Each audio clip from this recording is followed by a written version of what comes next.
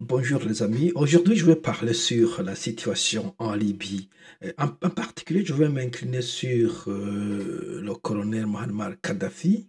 Comme vous le savez, dans les années 2010-2011, comme ça, la Libye est entrée dans une guerre civile, un peu avec une surprise, puisque ce que je connaissais, c'est que la Libye était un pays prospère, que le guide Kadhafi était l'un des présidents les meilleurs, les plus organisés de la nation, du continent. Mais soudain, il y avait des rébellions ici et là, et puis il y avait des accusations que Kadhafi était un dictateur. Et soudainement, les États-Unis et l'Europe s'étaient intéressés à la défaite de Kadhafi jusqu'à sa mort. À l'époque, je dirais que j'étais ce qu'on appelait blue pill. Le blue pill, c'est une expression en anglais peut-être qui fait référence à ce film-là où on montre le blue pill, ou une pilule, dis-moi bleue et une pilule rouge. Et Blue Pill veut dire donc je croyais tout ce que j'entendais sur les médias, sur CNN ou la BBC ou RFI. Et j'ai cru que donc Kadhafi était un dictateur. Et surtout que en réalité, il avait pris trop de temps sur le pouvoir. Et le modèle moderne, c'est que donc vous dirigez un, deux, trois mandats ou plus, et puis vous partez, vous laissez la place à quelqu'un. Mais c'est pas ça que je veux dire aujourd'hui. Je veux m'interroger, ce serait toujours des interrogations, pas de réponses. Comme je le dis toujours, je ne suis pas géopoliticien, mais je veux m'interroger sur pourquoi on s'est acharné sur Kadhafi à l'époque. Puisqu'à vrai dire, bien que peut-être il n'était pas un saint, je ne crois pas que la Libye était l'un des pays les moins favorisés sur le continent. Et en effet, on a vu un gaillard comme Mobutu qui était bien sûr un dictateur, et l'Europe ou l'Amérique ne s'est jamais inquiétée ou ne s'est jamais intéressée à Mobutu. Je dirais qu'en Ouganda, par exemple, le gars Museveni est un dictateur de sorte. Jusqu'à maintenant, je crois que son opposant est en prison. Il est en train de subir une humiliation judiciaire, si vous voulez. Mais les États-Unis ne s'inquiètent pas, les Américains ne s'inquiètent pas et ne s'est jamais inquiété à ce que le gars soit un dictateur. Euh, alors, d'un coup, on s'intéresse à Kadhafi. À l'époque, bien sûr, je n'ai pas compris, mais maintenant, je commence à m'interroger, puisque maintenant, il y a des dossiers de Kadhafi avec Sarkozy ou la France en général, où il a peut-être sponsorisé quelques élections, mais pourquoi? Pourquoi exactement? Et puis, il y a beaucoup de, bien sûr, on appelle ça le complot ou la théorie du complot. Il y a trop de choses qui se disent ici et là, mais que les Américains et les Français se sont intéressés à Kadhafi d'un coup, alors qu'en réalité, il ne posait pas aucun problème à ces populations. Du moins, je crois que la Libye de l'époque était beaucoup meilleure que la Libye d'aujourd'hui. Je crois aussi qu'en réalité, les opposants, ils ont été fabriqués sur terrain, ou du moins, ils n'étaient pas assez puissants pour renverser le pouvoir de Kadhafi. Et je ne vois pas exactement comment Kadhafi était une menace aux États-Unis, par exemple, puisque je comprends souvent quand ils vont dans les pays au Moyen-Orient, c'est pas lorsqu'ils sont arrêtés en Irak ou n'importe où, souvent ils disaient qu'ils poursuivaient les malfaiteurs qui pourraient venir faire danger à la vie. Et souvent, on pense au pétrole aussi.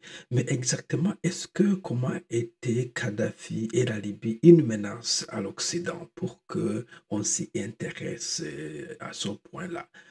Puisqu'encore une fois, je veux le dire, il y a des pays où on a eu des rébellions qui ont essayé de renverser le pouvoir. On en a eu au Burundi, on en a eu au moment où on parle aussi, il y a des rébellions ici et là au Congo, je ne sais n'importe qui, n'importe où.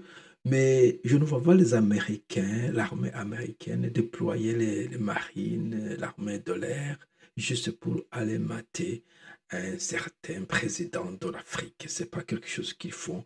Ils ne s'intéressent pas, du moins très directement à l'Afrique comme telle. Pour la plupart des cas, ils sponsorisent les gars sur terrain pour faire des choses.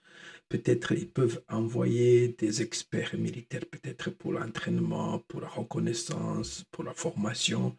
Mais pour la première fois, peut-être pas la première fois, mais cette fois-ci avec Kadhafi, ils ont envoyé leur équipement. Apparemment, donc Kadhafi a été tiré dessus par des équipements ou bien français ou bien américains. Alors, je ne comprends pas, je ne comprends pas du tout. Et comme je le disais, je vais poser des questions. Si vous avez des réponses, plutôt expliquez-moi.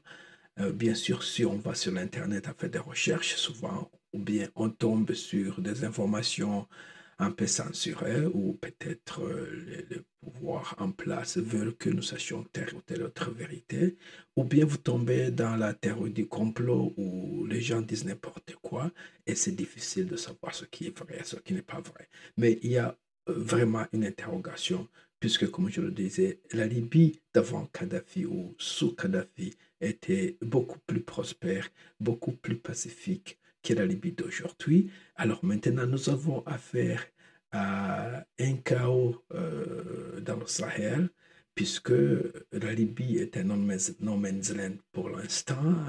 Je crois qu'il y a beaucoup de malfaiteurs qui s'y ont installés, des trafiquants de gens, peut-être des trafiquants de drogue aussi, peut-être des groupes de terroristes qui se forment dans cette partie de l'Afrique où il n'y a pas d'ordre ou de gouvernement comme tel. Et pour moi, peu importe ce que Kadhafi faisait ou ne faisait pas, on a rendu la Libye beaucoup plus ingouvernable et la Libye s'en est sortie détruite, complètement détruite, et l'Afrique en général ici est sortie très faible. Aussi faible parce que nous avons des instances sur le sol africain comme l'Union africaine, mais nous n'avons pas eu un mot à dire à ce qu'il y ait des sortes de Kadhafi. Les Américains, les Européens sont venus, ils se sont installés, donc violer en réalité la souveraineté du pays et la souveraineté du continent, si vous voulez. Ils ont maté n'importe qui, ils voulaient mater, en l'occurrence, le colonel Mohamed Kadhafi. L'Afrique, je ne sais pas si on a fait des condamnations ou si on se prosternait, mais en réalité, on n'a rien fait du tout, rien du tout. Et Kadhafi était en fait un gars qui respectait beaucoup l'Afrique et les traditions africaines. Je me souviens, il se rendait souvent dans des pays africains et il avait des conversations avec même les chefs coutumiers du continent, ceux qui ont encore des chefs coutumiers organisés dans des royaumes ou de petites dynasties ici et là. Il avait aussi sponsorisé la plupart des projets en Afrique, et des radios-télévisions, des stades, et d'autres choses, d'infrastructures comme l'eau, etc., etc. Mais il n'a pas eu le support des Africains. J'ai pas vu les Africains aller au-delà de communiquer et au-delà de notre, comment dirais-je, inertie toujours et dire que non, il ne faut pas juste éliminer Kadhafi. S'il y a un problème sur le continent ou dans le pays, on peut nous asseoir ensemble, demander ce que veulent les rebelles ou les opposants, faire une négociation ici et là et sortir le pays de la crise sans verser trop de sang et définitivement sans détruire tout le pays entier. Et voilà ce que je pense de Kadhafi. Bien sûr, comme je le disais, je n'ai pas beaucoup fait de recherches sur son gouvernement, mais de ce que je connaissais, c'est que donc la Libye était vraiment un pays prospère. Il avait, j'ai compris, transformé la plupart du désert libyen en une sorte d'oasis fertile et que donc les Libyens vivaient en fait la plus meilleure vie d'Afrique.